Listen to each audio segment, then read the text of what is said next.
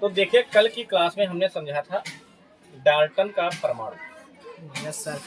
Dalton ने परमाणु के विषय में क्या क्या बताया है। 5 पॉइंट इनके हमने बताए थे।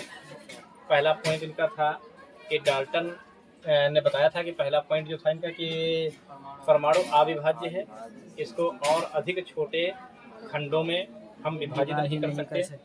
दूसरा पॉइंट इनका क्या था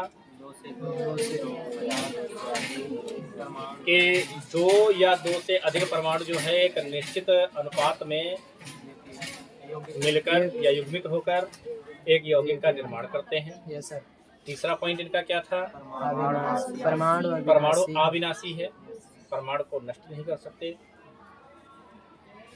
चौथा इनका जो पॉइंट था वो था ये कि एक जैसे परमाणु, एक तत्व के परमाणु जो होते हैं वो एक जैसे भौतिक और रासायनिक गुण प्रदर्शित करते हैं। Yes sir. और जो पांचवा पॉइंट था वो ये था कि अलग अलग प्रकार के तत्व जो हैं उनके परमाणु अलग अलग रासायनिक गुण और भौतिक गुण प्रदर्शित करते हैं। जैसा कि हमने कल भी बताया था कि डाल्टन के परमाणु में दी गई सभी जानकारियों में से केवल एक जानकारी सही थी, और वो ये कि परमाणु रासायनिक अभिक्रिया में भाग लेते हैं और परमाणु निश्चित अनुपात में मिलकर 2 या 2 से अधिक परमाणु जो है निश्चित अनुपात में मिलकर यौगिक का निर्माण करते हैं। बस यही पॉइंट इनका सही था, बाकी सारे पॉइंट इनके गलत थे। तो चलिए देखते हैं कि वही जो गलत पॉइंट है, जो उनकी कमियां रही डाल्टन के परमाणु की, उन्हीं कमियों के बारे में आज हम जो है चर्चा करेंगे। पहला पॉइंट है कि परमाणु जो है जब इलेक्ट्रॉन, प्रोटॉन, न्यूट्रॉन की खोज हुई, ठीक है, इलेक्ट्रॉन, प्रोटॉन, न्यूट्रॉन की जब खोज हुई तब हमें ये जानकारी हुई कि परमाणु जो है विभाज्य है। परमाणु क्या है? विभाज्य है। पहला पॉइंट हम लिखेंगे कि इलेक्ट्रॉन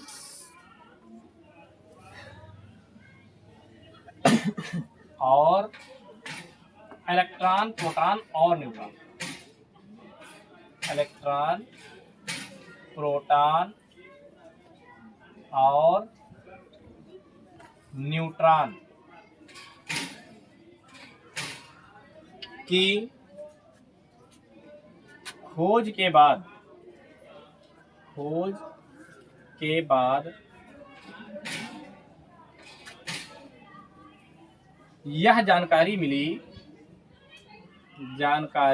यह जानकारी प्राप्त हुई कि परमाणु विभाज्य है।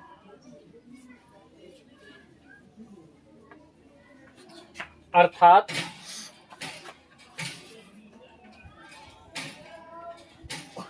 परमाणु 3 प्रकार के होते हैं।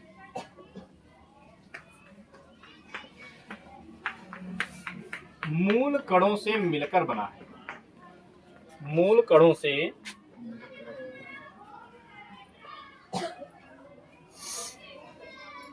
मिलकर बना है। इलेक्ट्रॉन, प्रोटॉन और न्यूट्रॉन की खोज के बाद यह जानकारी प्राप्त हुई कि परमाणु जो है विभाज्य है। अर्थात परमाणु 3 प्रकार के मूल कणों से मिलकर बना है, जिन्हें इलेक्ट्रॉन, प्रोटॉन और न्यूट्रॉन कहते हैं। न्यूट्रॉन कहते हैं। ये पहला पॉइंट जो है ये इस बात को साबित कर रहा है कि डाल्टन का जो पहला पॉइंट था वो गलत है, क्योंकि उन्होंने बताया था कि सबसे छोटा कण जो है परमाणु है, इसे और छोटे कणों में और अधिक पार्टिकल्स में नहीं तोड़ सकते। लेकिन इलेक्ट्रॉन, प्रोटॉन, न्यूट्रॉन की खोज के बाद ये जानकारी मिली कि परमाणु जो है वो इलेक्ट्रॉन, प्रोटॉन, न्यूट्रॉन से मिलकर बना है। अर्थात परमाणु जो है वो 3 छोटे छोटे कणों में टूट सकता है। कौन से 3 छोटे छोटे कण हैं? इलेक्ट्रॉन, प्रोटॉन और न्यूट्रॉन। ठीक है। इसके बाद इनकी जो कमी थी नंबर 2, कौन सी कमी थी? परमाणु अविनाशी कि रेडियो एक्टिव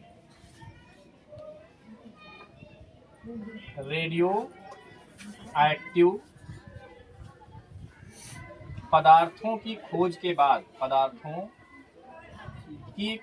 बाद जो रेडियो एक्टिव पदार्थ थे उनकी जब खोज हुई तो उनकी खोज के बाद ये जानकारी प्राप्त हुई कि एक परमाणु जो है वो विघटित होकर दूसरे परमाणु में बदल सकता है।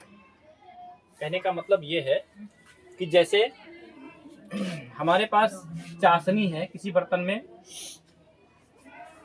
ठीक है, ये क्या है? चाशनी का मतलब होता है जलाव। इसमें मीठे मीठे रसगुल्ले डुबाए जाते हैं। इस चाशनी, जो कि आप चाशनी के नाम से जानते हैं, हम जानते हैं कि ये ऐसी होती है, लेकिन जब हमें जानकारी हुई कि हम इसको गर्म करके वाष्पीकृत कर सकते हैं इसके जल को, भाई जैसे चाशनी हमने देखी, अगर हमें कह दे कोई कि चाशनी से आप चीनी अलग कर दो तो छन्नी लगाकर तो अलग कर नहीं सकते, है नहीं? लेकिन जब हम कह देंगे कि भाई इससे चीनी अलग हो ही नहीं सकती, लेकिन आगे चल के कुछ वैज्ञानिकों ने बताया कि अगर हम इसके नीचे एक बर्नर लगा दें, क्या लगा दें? एक बर्नर लगा दें, और वो बर्नर जो है इस तरह से इसको जो है गर्म कर दिया जाए, और गर्म करने से इसकी जो जल इसका है वो वाष्प बन के ऊपर उड़ जाएगा। अब वाष्प बन के जब ये ऊपर उड़ गया तो इससे बचेगी क्या? चीनी बचेगी। तो ये हमें बाद में जानकारी प्राप्त होती है, कि हम चाशनी से चीनी बना सकते हैं। ऐसे ही रेडियो एक्टिव पदार्थों की खोज के बाद यह जानकारी हुई कि किसी तत्व से अगर अल्फा कण निकल रहा है, तो जब अल्फा कण निकलेगा तो 2 प्रोटॉनों को लेके निकलेगा। अल्फा कण की विशेषता होती है, अल्फा कण धनात्मक होता है, उसमें एक भी इलेक्ट्रॉन नहीं होता है, इसमें केवल और केवल प्रोटॉन होते हैं। तो जब किसी तत्व के प्रोटॉन निकल जाएंगे, किसी तत्व से, परमाणु से अगर प्रोटॉन निकल जाए तो तत्व बदल नहीं जाएगा, बदल जाएगा भाई। कोई तत्व अगर 1H1 है, ठीक है, तो इससे अल्फा कण निकल ही नहीं सकता। क्यों नहीं निकल सकता? क्योंकि इसमें 2 प्रोटॉन नहीं है, एक ही प्रोटॉन है। अब जैसे 2H4 हीलियम है, He हीलियम, हीलियम का जो नाभिक है इसी को अल्फा कण कहते हैं। अब हीलियम के नाभिक और हीलियम के परमाणु में क्या अंतर है? देखिए हीलियम का ये है नाभिक, इसमें जो है 2 प्रोटॉन होते हैं और 2 होते हैं न्यूट्रॉन, ठीक है। और इसके बाहर पहली कोश में 2 होते हैं इलेक्ट्रॉन। कोई समस्या तो नहीं है? नहीं है। अब इसका नाभिक जो है, नाभिक में प्रोटॉन है, न्यूट्रॉन है। हालांकि प्रोटॉन और न्यूट्रॉनों के बारे में, इलेक्ट्रॉनों के बारे में अगर आज समय मिलेगा तो आज बताएंगे, नहीं तो कल बताएंगे। लेकिन आप आज फिलहाल इतना जान लीजिए कि इलेक्ट्रॉन जो है ऋणावेशित होते हैं, ऋणात्मक आवेश होता है। प्रोटॉन जो होते हैं धनावेशित होते हैं। प्रोटॉनों पर कैसा आवेश? धनात्मक आवेश। न्यूट्रॉन जो होते हैं इन पर कोई आवेश नहीं होता, 0 होता है। अब आप बताओ कि नाभिक जो होगा वो धनात्मक होगा कि ऋणात्मक? धनात्मक। और बाहर का भाग ऋणात्मक। ये धनात्मक 2 प्रोटॉन की वजह से है और ये ऋणात्मक 2 इलेक्ट्रॉनों की वजह से है। जितना प्रोटॉन पर आवेश होता है उतना ही इलेक्ट्रॉन पर आवेश होता है। प्रोटॉन पर धनात्मक, इलेक्ट्रॉन पर ऋणात्मक। तो इस पर पूरे परमाणु पर जो आवेश होगा वो 0 हो जाएगा, क्योंकि 2 इलेक्ट्रॉन 2 प्रोटॉनों के धनावेश को 0 कर देंगे। इसीलिए आगे आप पढ़ोगे परमाणु के बारे में कि परमाणु, अगले अभी तो हम डाल्टन का पढ़ा रहे हैं ना, आगे विद्वान आएंगे वो बताएंगे कि परमाणु विद्युत रूप से उदासीन होता है। तो हाँ, उदासीन होगा, है नहीं। यहाँ पर जो ये नाभिक है, ये नाभिक कैसा आया? धनात्मक। और नाभिक में कितने प्रोटॉन है? 2। और 2 प्रोटॉन ही जो होते हैं वही अल्फा कण होता है। Yes, sir. तो इसका नाभिक अल्फा कण है नहीं Yes, sir. है। अब किसी तत्व से अगर अल्फा कण उत्सर्जित हो जाए तो समझिए हीलियम निकल रहा है, Yes, sir. हीलियम का नाभिक निकल रहा है। Yes, sir. और हीलियम का नाभिक निकलने के कारण Yes, sir. जिस तत्व से निकलेगा वहां से प्रोटॉन कम कर देगा। एक बार अल्फा निकलेगा तो 2 प्रोटॉन कम, दूसरी बार फिर अल्फा निकलेगा फिर से 2 प्रोटॉन कम, ऐसे करके जितनी बार अल्फा निकलेगा उतने को 2 से गुणा कर दो, उतने प्रोटॉन कम हो जाएंगे। Yes. और जब प्रोटॉन कम हो जाएंगे तो अपने आप परमाणु जो है विघटित हो जाएगा। Yes. ठीक है, तो रेडियो एक्टिव पदार्थों की खोज के बाद पता चला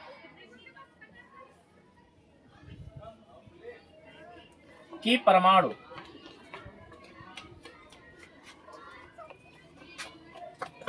स्थायी नहीं है, स्थायी नहीं है, अर्थात परमाणु विघटित भी हो सकता है। परमाणु विघटित भी हो सकता है। हो सकता है, मतलब परमाणु को हम एक परमाणु से दूसरे परमाणु के रूप में बदल भी सकते हैं। इसके अलावा जैसे और भी कई परमाणु होते हैं जिनका विघटन करवा के हम दूसरे परमाणुओं में बदल सकते हैं। जैसे मरकरी से सोने का परमाणु बनाया जाता है, मरकरी से सोना जो है प्राप्त किया जाता है।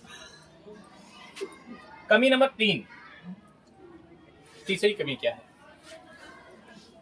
समस्थानिकों की खोज होने के बाद, किसकी खोज होने के बाद? समस्थानिकों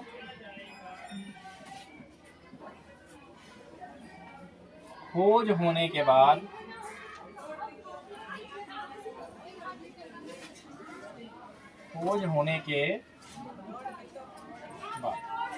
समस्थानिकों की खोज होने के बाद यह पता चला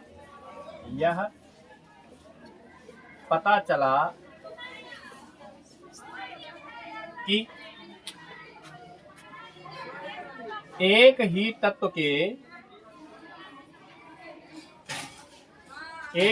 के भौतिक और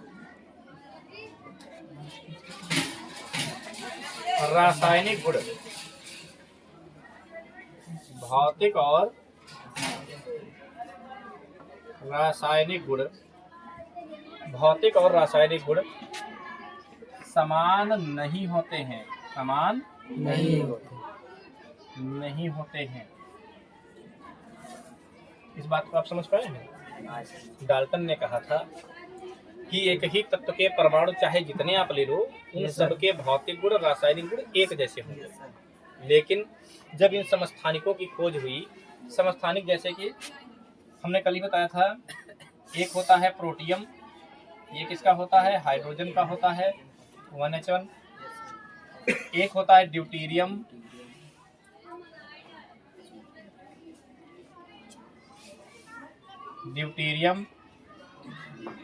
ये होता है 1H2। एक होता है ट्राइटियम 1H3।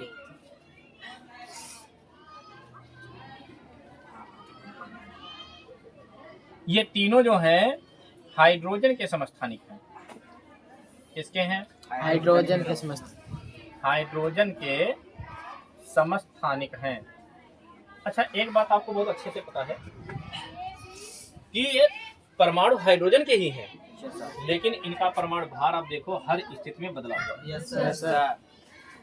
जब परमाणु भार बदलेगा तो प्रोटॉनों की संख्या बदलेगी, न्यूट्रॉनों की संख्या बदलेगी, और परमाणु भार बदलने के कारण इनके भौतिक और रासायनिक गुण अलग अलग हो जाते हैं। और तत्व कौन है? एक ही हाइड्रोजन है। Yes, sir. जबकि डाल्टन ने कहा था कि एक ही तत्व के सभी परमाणुओं के भौतिक और रासायनिक गुण एक जैसे होंगे, भिन्न भिन्न नहीं हो सकते। लेकिन यहाँ पर भिन्न भिन्न हो सकते हैं। Yes, sir. कब पता लगा? जब समस्थानिकों की खोज हुई। ये समस्थानिक हैं, इनका परमाणु क्रमांक 1 है, मतलब ये एक ही जगह पे रखे गए हैं। Yes, sir. मेंडलीव की आवर्त सारणी में हाइड्रोजन 1H1 लिखा होता है, इसी में तीनों लिखे हुए हैं। एक ही स्थान पर तीनों बैठे हैं, इसलिए इनको कहेंगे समस्थानिक। सम माने समान, स्थानिक माने स्थान। जो एक ही स्थान पर हों उन्हें कहेंगे समस्थानिक। जैसे आप लोग एक ही कक्षा में बैठे हुए हैं तो आपको समस्थानिक कहा जाएगा, Yes, sir. एक ही स्थान पे हैं। समझ पाया नहीं? Yes, sir. और अगर कोई बच्चा अगर सीट की तुलना में देखें तो ये 3 बच्चे समस्थानिक हैं जो 3 एक सीट पर बैठे हुए हैं, है नहीं? अगर बाहर चले जाओ तो सारे बच्चे विद्यालय के जितने बच्चे हैं वो सब समस्थानिक हैं, एक ही विद्यालय में पढ़ते हैं या बैठते हैं। तो ऐसे ही इनका सबका स्थान जो है समान है, इसलिए इनका कहेंगे समस्थानिक है। और एक तत्व के जितने भी समस्थानिक होते हैं उनके सबके भौतिक और रासायनिक गुण जो होते हैं कैसे होते हैं? समान नहीं होते हैं, वो भिन्न भिन्न होते हैं। कैसे होते हैं? भिन्न भिन्न। भिन्न भिन्न। अच्छा, कमी नंबर 4। इसके बाद समभारिकों की खोज हुई, ठीक है? समभारी तत्वों की खोज के बाद यह पता चला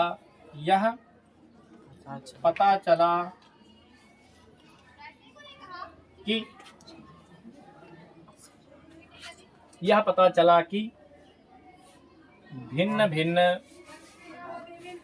तत्वों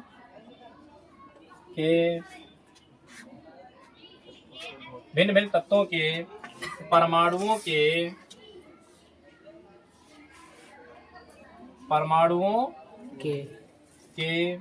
भौतिक व रासायनिक गुण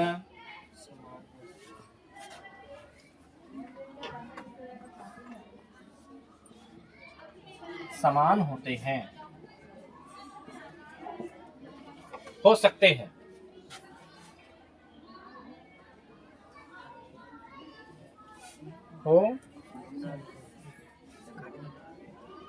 हो सकते हैं।